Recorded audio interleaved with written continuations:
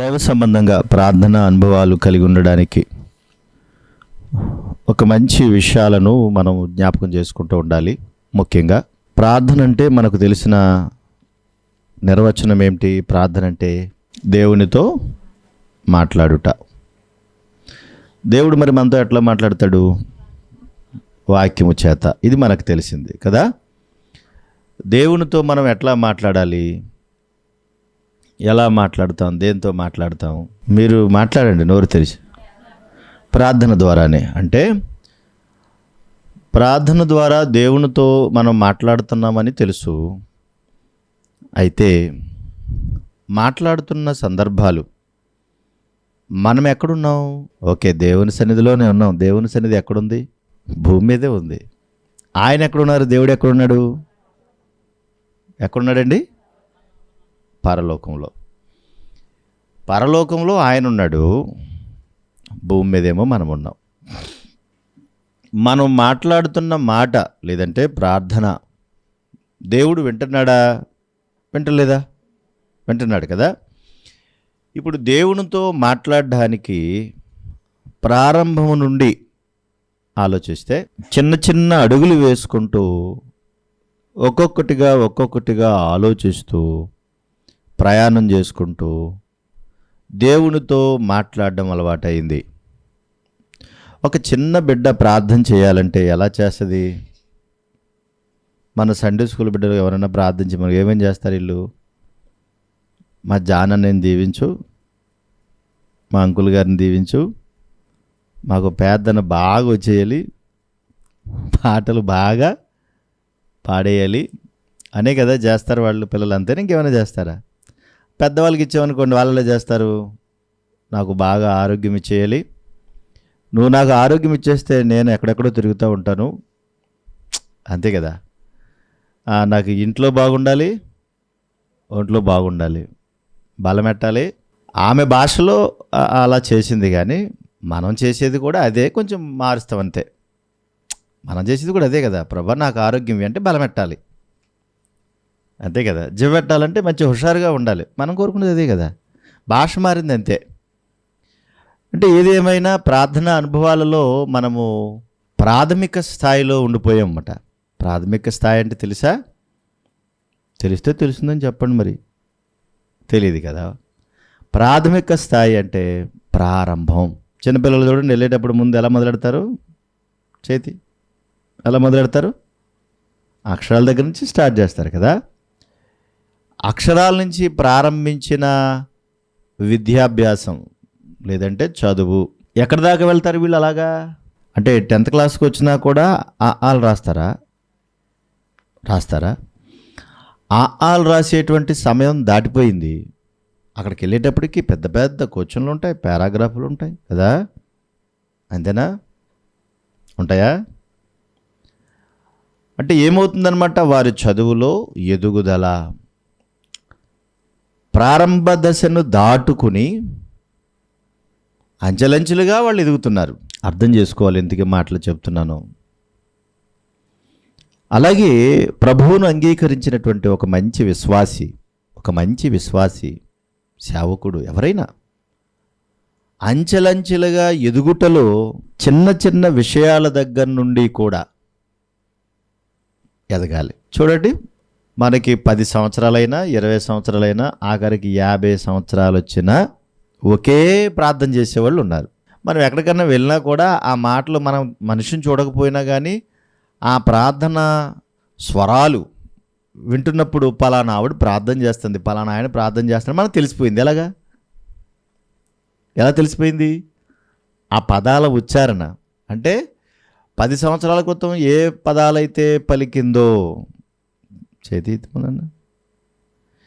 20 సంవత్సరాల తర్వాత కూడా అవే పదాలు. అంటే ఏమైంది చెప్పండి?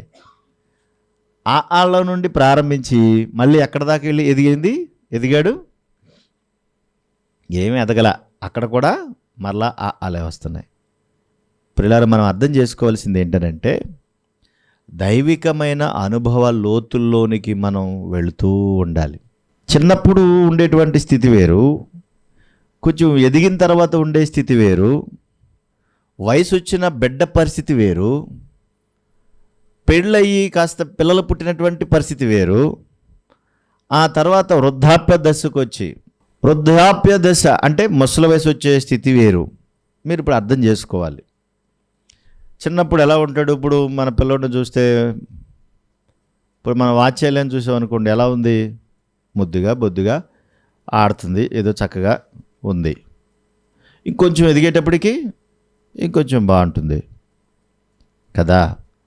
వాళ్ళ నాన్న వయసు వచ్చేటికి ఎలా ఉంటుంది ఊహించండి. ఈ మధ్య కూడా యాప్లు వచ్చేసినాయి. ఇప్పుడు మన దగ్గర లిగుతా ఉంది ఈ విజయగంగ ఉంది కదా, విజయగంగను మనం చూస్తుండగానే ముసలిదాన్ని చేసేయచ్చు. ఒక 60-70 సంవత్సరాల ముసలమ్మ ఎలా ఉంటుందో అలా చూపించవచ్చు. అంటే ఇప్పుడు ఇలాగ ఉన్నటువంటి ఈమెని ఒక 70 సంవత్సరాల ముసలమ్మ ఎలా ఉంటుందో అందులో మనం చెప్పేయచ్చు అనమాట. చూసుకున్నావా? వింటున్నారా? ఇప్పుడు మీరు ఆలోచించాలి. అంటే వయసు పెరిగి కొలది కూడా అవయవాలలో ఏమవుతున్నాయి? మార్పులు వస్తున్నాయా లేదా? చెప్పండి మరి. వస్తున్నాయి. దొర్కమ్మకు మన లిగితా వయసు ఉన్నప్పుడు ఎలా ఉండుంటుంది?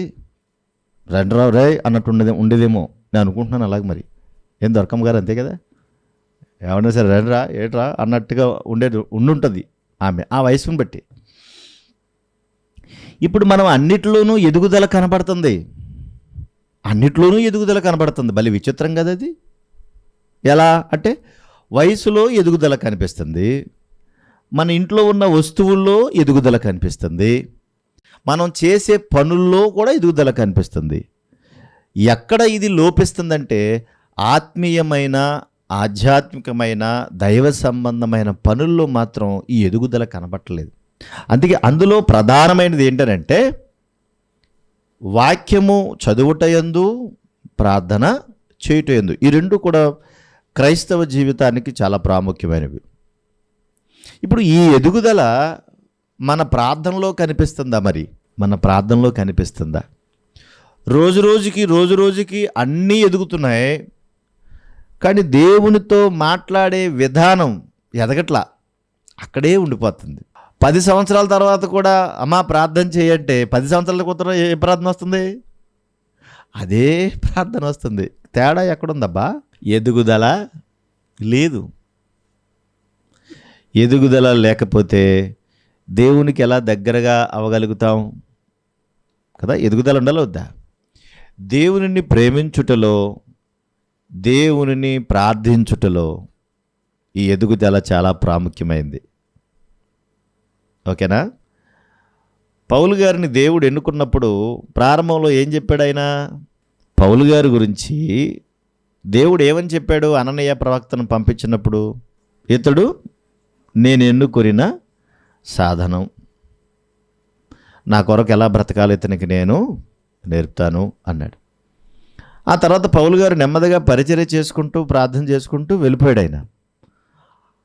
ఆయన చివరి స్టేజ్, నేను మాటల్లో చెప్పలేనది. చివరి స్టేజ్ అంటే సువార్త కార్యక్రమాల కొరకు ఆయన వెళ్ళేటప్పుడు, ప్రార్థన చేసేటప్పుడు ఆయనకున్న అనుభవాలు ఏంటంటే, ప్రభువా పలానా మాసిదోనియాకి వెళుతున్నా, పలానా ఆసియాకి వెళుతున్నా, పలానా అంతియోకియాకి వెళుతున్నా, మరి అక్కడ వాక్యం చెప్పాలి, నీ మాటలు అందించాలి, మిమ్మల్ని ఘనపరచాలి, మార్గాలు తెరవండి. చూడండి ఆయన ప్రార్థన ఎలా ఉందో. ఇది ఏ స్థాయికి వెళ్ళిపోయింది అని అంటే, ఇది ఏ స్థాయికి వెళ్ళిపోయింది, ఎక్కడ దాకా వెళ్ళిపోయాడు ఈ స్థాయి నుంచి అంటే, ఈయన బ్రతుకుట క్రీస్తే, మరణమైతే నాకు మేలు అన్నాడు. అంటే ఆయన చివరి ప్రార్థన ఏంటి? పరిచర్య దగ్గర నుండి ప్రారంభమైన ఆయన ప్రార్థన అంచెలంచెలుగా ఆయన ముగింపు దగ్గరకు వచ్చేటప్పటికి ఏమని చెప్తున్నాడు ఆయన? బ్రతుకుట క్రీస్తే. చెప్తలేదు? చెప్పండి మరి, అది ఎక్కడుందా మాట? తీయండి ఒకసారి, మీ స్వహస్తాలతో తీసి మీరు చక్కగా చదివిన ఎడల. ఫిలిప్పీయులకు రాసిన పత్రిక 1వ అధ్యాయము 19వ వచన భాగం చదువుతాం ముందు. మరియు నేను ఏ విషయంలోనూ సిగ్గుపడక ఎప్పటి వలనే ఇప్పుడును పూర్ణ ధైర్యముతో బోధించుట వలన నా బ్రతుకు మూలముగానైనను సరే, చావు మూలముగానైనను సరే క్రీస్తు నా శరీరమందు ఘనపరచబడునని. ఏంటి ఆయన ప్రార్థన ఏంటి? ఏ స్థాయి నుంచి ఏ స్థాయికి వెళ్ళాడో చూడాలి. మనం ఎప్పుడైనా ప్రార్థించేటప్పుడు ఈ స్థాయికి చేరుకున్నామా? ఇది చాలా ఇంపార్టెంట్. అంటే ఎక్కడ దాకా ఆయన ఎదిగిపోయాడో చూడాలి మనం, ఎంత ఎదిగిపోయాడో ఆయన. ఇప్పుడు మనం ప్రార్థించేటప్పుడు కూడా ప్రభువా నా శరీరం మూలముగా, నా బ్రతుకు మూలముగా, లేదంటే నా చావు మూలముగా మీరు ఘనపరచబడాలి, ఆ స్థితికి నన్ను నడిపించండి దేవా అన్నామా? ఎప్పుడన్నా ఒకసారైనా అన్నామా? అది ఏంటో తెలిసిన ప్రార్థనా జీవితంలో ఎదుగుదల అంటే మన అనుభవక స్థితి ఆ స్థాయికి చేరుకోవాలి. అది సరైనటువంటిది. తండ్రి చూడండి, బిడ్డ తడిచిపోతుంది అనుకోండి వర్షంలోనూ, బిడ్డకు కావాల్సినవన్నీ సేఫ్టీ సరే తయారు చేస్తాడు. బిడ్డకు కావాల్సిన ముసుగులను తుడుతాడు. తను తడిసిపోయినా పర్వాలే, కానీ బిడ్డ మాత్రం తడవకూడదు. తనకి ఏమైనా పర్వాలే, కానీ బిడ్డ మాత్రం తడవకూడదు. ఎందుకు అలా? తను ఎక్కడి నుంచి వచ్చాడంటే ఆ వయసు నుండి వచ్చాడు. నేనేమైపోయినా పర్వాలే, బిడ్డకి ఏమీ కాకూడదు. చూసారా? ఆ స్థాయికి చేరుకోగలిగితే మన యొక్క విశ్వాస జీవితం బ్రహ్మాండంగా ఉన్నట్టు లెక్క. కానీ మన స్థాయి అక్కడికి అందుకోలేకపోతుంది. ఏ రోజున ఎప్పుడూ కూడా మన ప్రార్థనల్లో ఉండే అంశాలు ఏంటబ్బా అనంటే, నన్ను బాగు చెయ్యి, నా కుటుంబాన్ని బాగు చెయ్యి, నా వ్యాపారాన్ని బాగు చెయ్యి, నా ఇంటిని బాగు చెయ్యి, నా బిడ్డల్ని బాగు చెయ్యి. ఇవే కదా ఉంటున్నాయి. ఇంకేమైనా ఉంటున్నాయా? బిడ్డకి దెబ్బ తగిలిందనుకో, ప్రభువా వాడు కాలు బాగు చెయ్యి, వాడు కాలు బాగు చెయ్యి. అదేనా? ఎవరికైనా ఒంట్లో బాగోపోతే మన ప్రార్థనలు ఇంకా విచిత్రంగా ఉంటాయి. ఏంటంటే, ప్రభువా నీ రక్తాన్ని తీసి వాడు రక్తంలో పోసే ప్రభువా. అయ్యి బాబోయ్, అసలు దానికి దీనికి సంబంధం ఉందా? భయంకరమైన పాపం అది, తెలుసా మీకు? అసలు యేసు రక్తం దేనికోసం? అంతేనా? దీనికోసమా? అలా కదంట. ఆ రక్తాన్ని తీసేసి ఈ రక్తంలో పోసేసి కలిపేయాలంట. అయ్యి బాబోయ్, ఏం ప్రార్థనది! ఎంత భయంకరమైన పాపం! నీ రక్తాన్ని కుమ్మరించేయి. ఒక ఆయన హాస్పిటల్కి వెళ్తూ ఆపరేషన్కి వెళ్తూ ఉంటే ప్రార్థన చేయమన్నారట ఒక పాస్టర్ గారిని. ఆపరేషన్కి వెళ్తున్నామండి, కొంచెం ప్రార్థన చేయండి అంటే ఆయన అట్టడంట, ప్రభువా నీ బిడ్డను చేయి పట్టుకుని నడిపించు. అంతేకాదు, డాక్టర్ గారి చేతిలో నీ చేయి పెట్టి ఏం చేయాలి? ఇప్పుడు ఏం చేయాలి? ఆపరేషన్ చేయాలి. డాక్టర్ గారి చేతిలో నీ చేయి పెట్టేయి, నర్సుల్లో కూడా నీ చేతి పెట్టేయి. అంటే అసలు అది ప్రభు ఎందుకో, దేనికోసం ఇవన్నీ ఏంటో తెలుసునా? చిన్న బిడ్డ ఏ విధంగా అయితే తెలిసి తెలియకుండా మాట్లాడతాడో అలా చేసే ప్రార్థనలు ఇవన్నీ. అంటే మన స్థాయి వయసు పెరుగుతుంది కానీ ఈ స్థాయి మాత్రం పెరగటం లేదు. ప్రతిరోజు మనం చేసేటువంటి ప్రార్థనలో ఏ ప్రార్థన చేస్తున్నాం అసలు ఆలోచించండి. ఏ ప్రార్థన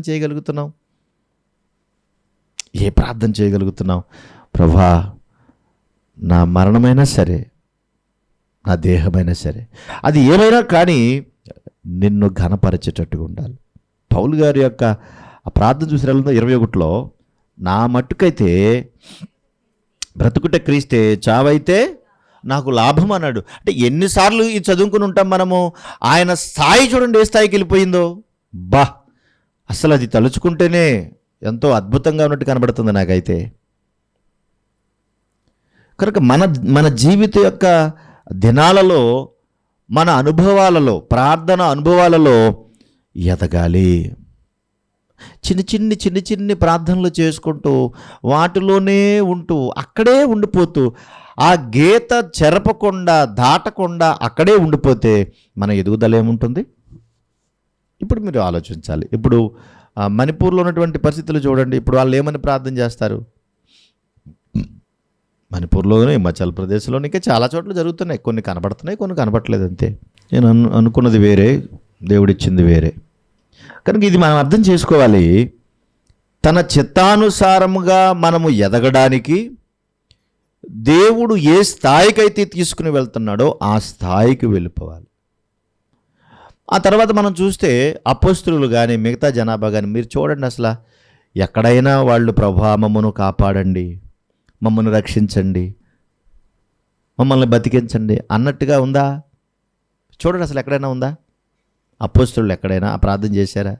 అంటే వాళ్ళ యొక్క స్థాయి ఎదిగారు, ప్రార్థన అనుభవాల్లో ఎదిగారు. ఇప్పుడు ప్రభు యొక్క పాదాల దగ్గర కూర్చున్నటువంటి మనము మన స్థాయిని కూడా ఆ స్థితిలోనికి తీసుకుని వెళ్ళగలగాలి. అలా వెళ్ళగలగాలంటే భక్తి జీవితంలో మార్పు చెందాలి. ముందు ఇతరుల పైన నీకు కోపం పోదు, అసూయ పోదు, ద్వేషం పోదు, నీలో ఉన్నటువంటి అహం చావదు, పగ చావదు. ఇవన్నీ మనసులో పెట్టుకుని ఆ స్థాయికి ఎలా చేరుకుంటావు? చేరుకోలేం కదా. ఇవన్నీ ఏమో నీ మనసులో ఉన్నాయి. ఇప్పుడు నీ మనసులో ఇవన్నీ, ఈ గందరగోళం అంతా నీ మనసులో ఉంటే వీటిని దాటుకుని ఎలా వెళ్ళగలుగుతావు? వెళ్ళలేము. అంటే ఆ స్థాయికి వెళ్ళాలంటే ఇప్పుడు ఏం చేయాలి? వీటినన్నిటిని ముందు చంపేయాలి, చంపాలి వీటిని. ఆధ్యాత్మిక జీవితంలో వీటిని చంపగలిగితే మనము ఆ స్థితికి, ఆ స్థాయికి చేరుకోగలుగుతాం. అక్కడే ఉంటుంది మరొక మాట, మంచి మాట. పిలుపులకు రాసిన పత్రికలోనే 2వ అధ్యాయము 5వ వచన భాగం చూడండి. క్రీస్తు యేసునకు కలిగిన ఈ మనస్సు మీరును కలిగి ఉండండి అంటున్నాడు.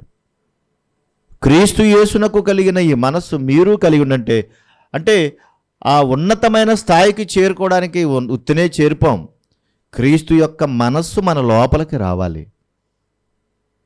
ఆ పై మాట రాయబడుతుంది అక్కడ చూడండి, 2వ వచనములో, మీరు ఏక మనస్కులగునట్లుగా అన్నాడు. ఏక మనస్సు అంటే ప్రభువులో ఎన్ని మనసులు ఉన్నాయి? మాట్లాడండి మరి. ప్రభువులో ఎన్ని మనసులు ఉన్నాయేంటి? ఒకటే ఉంది. ఆయన మనసులో ఒకరినొకలాగా ఏనాడన్నా చూశాడా? ఆయన మన ప్రభువు చూశాడా? కనీసం ఆ భేదం ఏమన్నా కనిపించిందా? లేదు. ఏక మనస్కులగునట్లుగా ఏక ప్రేమ కలిగి అంటున్నాడు. ఇప్పుడు చెప్పండి, అందరిని ఒకేలా ప్రేమించగలుగుతున్నామా? ఒకవేళ అలా ప్రేమించగలిగితే ఆ స్థాయికి చేరుకోగలుగుతాం. గొప్పవాళ్ళు ఊరికనే ఎవరండి? గొప్పవాళ్ళు ఊరికనే వెళ్ళిపోరు. గొప్పవాళ్ళు బర్నబా పౌలును తీసుకుని వచ్చినప్పుడు అపొస్తలులు అందరూ వ్యతిరేకించారు. ఇతను అసలు మంచోడు కాదు, భయంకరమైన ప్రమాదకరమైన మనిషి, ఇతనితో మనకు ప్రమాదం, ఇతను ఎందుకు తీసుకొచ్చావు అని బర్నబా మీద ఫైట్ చేశారు. కానీ బర్నబా ఇతడు దేవుని కొరకు బ్రతుకుతున్నాడు, పని చేస్తున్నాడు, వీధులలో తిరిగి సువార్త ప్రకటన చేస్తున్నాడు, ఇతని స్థాయి వేరుగా ఉంది. పూర్వం ఉన్నటువంటి మనిషి కాదితను, పూర్వం ఉన్నటువంటి వ్యక్తి కాదితను, ఇతను పరిపూర్ణుడైపోయాడు, మారిపోయాడు, ప్రభు కొరకు ప్రాణం పెట్టేంతగా సిద్ధపడ్డాడు అని చెప్పాడు.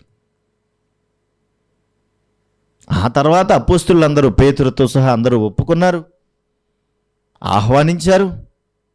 వీళ్ళందరికీ ఒకే మనసు వచ్చింది. చూడండి, ఇప్పుడు ఇక్కడ మనం కొంతమంది ఉన్నాము. మీ మనసుల్లో ఇప్పుడు మీరు ఆలోచించండి, ఎంతమందిని మీరు వ్యతిరేకిస్తున్నారో, ఎంతమందిని మీరు ప్రేమిస్తున్నారో ఆలోచించండి. ఎంతమందిని ఇష్టపడుతున్నారో, ఎంతమందిని ఇష్టపడలేదు. కనుక ఇవన్నీ మన మనసులో ఉంటే క్రీస్తుకు కలిగినటువంటి మనస్సు మన లోపల లేదు. ఆ లేనప్పుడు మనం ఆ స్థాయికి చేరుకోలేం. దైవ సంబంధంగా మనం ఎదిగేటప్పుడు, మనం ఫలించేటప్పుడు అక్కడ రాయబడినటువంటి మాట అప్పుడు మనకి ఇర్మియా గ్రంథం చదివించింది. తీన్న మాట మనం ఒకసారి చదువుదాం. ఇర్మియా గ్రంథం చదివించింది మాట 7వ అధ్యాయం, ఇర్మియా గ్రంథము 7వ అధ్యాయం 13వ వచన భాగం చూడండి. 7:13 నేను మీతో మాట్లాడినను, పెందలకడ లేచి మీతో మాట్లాడినను మీరు వెనకయు, మిమ్మును పిలిచినను మీరు ఉత్తరమియకయు ఉండిన వారై ఈ క్రియలన్నిటినీ చేసితిరి. దేవుడు అంటున్నాడు, ఏమంటున్నాడు ఆయన? నేను మీతో మాట్లాడాను, పెందలకడ లేచి మీతో మాట్లాడినా మీరేం చేశారు? మీరు వినలేదు. మిమ్మల్ని పిలిచినా మీరేం చేశారు? మీరు పలకలేదు. దేవుడు అంటున్నాడు, నేను మీతో మాట్లాడాను, మిమ్మల్ని పిలిచాను, మీతో మాట్లాడితే మీరు సమాధానం చెప్పలేదు, మీతో మాట్లాడితే కనీసం నాకు ఉత్తరం ఇయ్యలేదు. ఎన్నిసార్లు మిమ్మల్ని పిలిచాను, ఎన్నిసార్లు రమ్మన్నాను, ఎన్నిసార్లు మారమన్నాను. ఆలోచించాలి. దేవుడు ప్రతిరోజు మనతో మాట్లాడుతున్నాడా లేదా? దేవుని యొక్క వాక్యం మనతో మాట్లాడుతుందంటే దేవుడు మనతో మాట్లాడుతున్నాడు. మరి మాట్లాడేటప్పుడు మనం వినాలా వద్దా? ఆయన అంటున్నాడు, మీరు వింటలేదు, కనీసం నాకు సమాధానం ఇవ్వట్లేదు. ఇవ్వకపోయింది సరే, మరలా ఏదైతే వద్దంటున్నానో అవే క్రియలు మరలా మీరు చేస్తున్నారు. అది శాస్త్రులు పరిశీలన గురించి ప్రభు ఏం చెప్పాడు? మీరు వారు చెప్పుదురే కానీ చేయరు అంటున్నాడు. వారు చెప్పుదురే కానీ చేయరు. నిలబడినటువంటి నేనైనా ఈ మాటలు దేవుడు చెప్పినప్పుడు, ఈ మాట మరి నాకు చెప్పటం లేదా దేవుడు అంటే నాకు కూడా చెప్తున్నాడు. ఇప్పుడు నేను వినాలా వద్దా? వినాలి. ఇది నేను చేసినప్పుడు మీరు వింటలేదు, కనీసం మీరు సమాధానం ఇవ్వట్లేదు. కనుకనే ఆ 16వ వచనంలో, నీవు ఈ జనము కొరకు ప్రార్థన చేయొద్దు. ఇర్మియా నేను చెప్పినప్పుడు వీళ్ళు వినలేదు, నేను మాట్లాడినప్పుడు సమాధానం చెప్పలేదు, పైగా నేను ఏ క్రియలు అయితే వద్దంటున్నానో అవే క్రియలు పదే వీళ్ళు చేస్తున్నారు. నా మాట రోజు వాళ్ళకి వినబడుతుంది, కానీ లెక్క పెట్టట్లేదు, పట్టించుకోవట్లేదు. ఇర్మియా, నువ్వు ఈ కొరకు ప్రార్థన చేయొద్దు, వారి కొరకు మొరపెట్టొద్దు, వారి గురించి నువ్వు బతిమాలుకోవద్దు.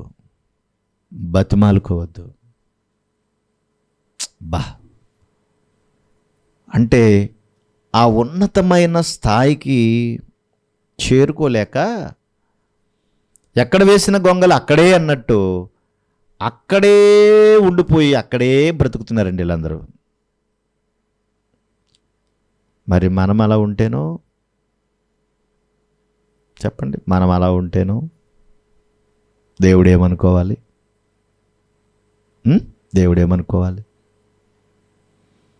మీకు తెలుసో లేదో, మనము వెళ్ళేటువంటి పరిస్థితులు దగ్గర పడుతున్నాయి. రోజు రోజుకి దేవునికి దగ్గర అయ్యే రోజులు. మీరు గమనించారో లేదో, నువ్వు ఒరిజినల్లా నువ్వు డూప్లికేటా బయటకు తీసుకొచ్చేటువంటి పరిస్థితులు కనబడుతున్నాయి. విన్నారా లేదా? ఇప్పుడు బంగారం ఒరిజినల్లా డూప్లికేట్ మనకి ఎలా తెలుస్తుంది? బంగారం మీద బాగా అనుభవం వాళ్ళు ఎవరున్నారు ఇక్కడ? ఒరిజినల్లా డూప్లికేట్ ఎలా తెలుస్తుందండి? ఎవరికి బంగారం లేనట్టు, ఏమి దాచుకోలేనట్టు భలే పెడతారండి మొక్కలు. మీరు గన్నమ్మని ఒక ఆవిడ ఉండేది, మాకు హాస్పిటల్ పనిచేసేటప్పుడు ఆవిడ ఉండేది. ఆవిడకి ఎవరో వెళ్తూ మాకు డబ్బులు కావాలి అర్జెంట్ అమ్మ కొంచెం, అందుకని మేము ఇబ్బంది పడిపోతున్నాము, ఒక అరకాసు ఉంటుంది, ఇది 500 చాలు నాకు. ఎంత? ఒక అరకాసు ఉంటుంది, ఒక 500 చాలు నాకు ఇప్పుడు అర్జెంటుగా డబ్బులు కావాలమ్మా అంటే ఇలా చూసుకుంది. చాలా బాగుంది, అబ్బో ఇది బంగారమే అనుకుంది. తీసుకుంది, చక్కగా తీసుకుంది, సరేలేంది, డబ్బులు ఇచ్చేసింది 500. బంగారం అంటే ఎవరికి ఆశ ఉండదు, మరి అది ఇచ్చేసింది. అవి తీసుకున్నావిడ ఎక్కడికి వెళ్ళిపోయిందో తెలియదు, మళ్ళీ వెంటనే వెళ్ళిపోయింది. ఈవిడకి ఎందుకో మళ్ళీ అనుమానం వచ్చింది కాబట్టి తీసుకెళ్ళి బంగారు షాప్ దగ్గరికి వెళ్ళి ఇది ఒరిజినల్లా లేకపోతే ఏంటంటే వాడు 4 సార్లు గీకి తెల్లగా అయిపోయింది. అయ్య బాబోయ్, నా 500 అనేసి పాపం మొత్తం ఆ షాపులు ఈ షాపులు ఆ నరేంద్ర సెంటర్ అన్నీ తిరిగేసింది. ఎక్కడుంటుంది? రకరకాల మోసాలు. ఓకే, ఇప్పుడు బంగారము ఒరిజినల్లా డూప్లికేటా అని తెలుసుకోవడానికి అవకాశాలు ఉన్నాయి, తెలుసుకున్నాం. ఒక విశ్వాసి లేదా ఒక సేవకుడు లేదంటే ఒక సంఘం సహవాసం ఒరిజినల్లా డూప్లికేట్ అని ఎలా తెలుస్తుంది? నేను ఏమన్నా అబద్ధం ఆడానా, అడగకుండా అడిగానా? ఒక విశ్వాసి ఒరిజినల్లా డూప్లికేటా అని ఎలా తెలుస్తుంది? బంగారం ఒరిజినల్లా డూప్లికేటా మనం పట్టుకోగలుగుతున్నాం. ఆఖరికి ఒక బట్టలు కూడా చూడగానే మనకి ఇది ఒరిజినల్ డూప్లికేట్ మనం చెప్పగలుగుతున్నాం. వస్తువులు కూడా ఒరిజినల్ డూప్లికేట్ చెప్పగలుగుతున్నాం. మరి మనము ఒక విశ్వాసని ఎలా పట్టగలుగుతాం? వాక్యానుసారంగా ఆలోచిస్తే కనుక మనము ఇలాగ ఆలోచించచ్చేమో అనుకుంటున్నాను నేను. ఏమి కాదు, బాప్తిసం పొందావా? పొందాను. సంఘానికి వెళ్తావా? వెళ్తాను. సంఘానికి వెళ్తావా అని లాగి ఒక్కటేసారనుకుంటా లెంప మీద. అప్పుడు మన రియాక్షన్ ఏంటి? స్త్రీలైనా పురుషులైనా అప్పుడు మనం ఎలా రియాక్ట్ అవుతాం? ఎవడరా నువ్వు, అసలు నన్ను ఎందుకు కొట్టావురా అని మనం అవసరమైతే వాడు ఆడోళ్ళైనా సరే వాడి కాలర్ పట్టుకుని టప ముందన్నీ వేసేస్తారు. అప్పుడు నువ్వు తెలుస్తావు నువ్వు ఒరిజినల్వా డూప్లికేట్ అని. వాళ్ళు 2 మాటలు అన్నారు, నువ్వు 10 మాటలు తిట్టావు. అప్పుడు నువ్వు తెలిసిపోయావు ఒరిజినల్ డూప్లికేట్ అని. అంటే వాళ్ళు ఎలాగైతే రియాక్ట్ అయ్యారో నువ్వు అలాగే రియాక్ట్ అయ్యావు. అంటే నీకు వాళ్ళకి ఏమి తేడా లేదు. వాళ్ళు 4 అంటే నువ్వు 10 అన్నావు, వాళ్ళు 2 కొడితే నువ్వు 4 కొట్టావు. ఒక విశ్వాస యొక్క లక్షణాన్ని చూసినప్పుడు ఏది ఒరిజినల్లో ఏది డూప్లికేటో తెలుసుకోవడానికి వాక్యమే మనకు ప్రమాణం, ఇంకెవరో కాదు. వాక్యమే ప్రమాణం, మన ప్రభువే మనకు ప్రమాణం. అప్పుడు మన ఎదుగుదల ఏ స్థాయికి వెళ్ళిందన్న సంగతి అదే మనకు తెలియజేస్తుంది. చీటిమాటికి కోప్పడిపోయి రుసరుసలాడిపోయి ఇష్టానుసారంగా మాట్లాడేసి కళ్ళు మిరుముట్లు గొలిపేలా కళ్ళు గుడ్లు గుడగుడగుడు అటు ఇటు తిప్పేసి ఎలా పడితే అలా మాట్లాడేసి ఏది పడితే చేసేసి ఇంటికి వెళ్ళిన తర్వాత మళ్ళీ పెద్దోళ్ళందరినీ మళ్ళీ పిలిచి వాళ్ళందరినీ పంచాయతీ పెట్టి ఇంటాయన్ని పిలిచి ఇది నన్ను తిట్టింది పలానోడు ఇలాగ అన్నాడు, నువ్వు తెలుసుకుంటావా రా మనం ఏదైనా సరే తెలుసుకోవాలని రెచ్చగొట్టి, ఇవన్నీ కూడా దురాత్మ లక్షణాలు, దుష్ట లక్షణాలు. వాడికి బుద్ధి లేకపోతే ముసలమ్మలు కూడా ఉన్నారు, ఇందులో ముసలమ్మలు ఉన్నారు. రా తేల్చుకుందాం, ఏమైనా సరే తేలిపోవాలి ఇవ్వాలా అంటే నువ్వు విశ్వాసివి కాదు. విశ్వాసి లక్షణాలు నీలో లేవు. నీ ఒరిజినల్లో నువ్వు డూప్లికేట్, అక్కడ మనం తేలిపోతాం.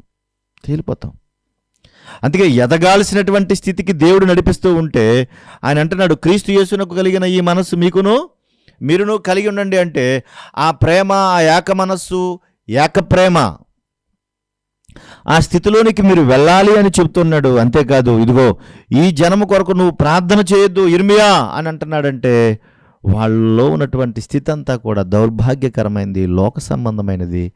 వాళ్ళకి నచ్చినట్టుగా, వాళ్ళకి ఇష్టమైనట్టుగా వాళ్ళు బ్రతికేటువంటి బ్రతుకది.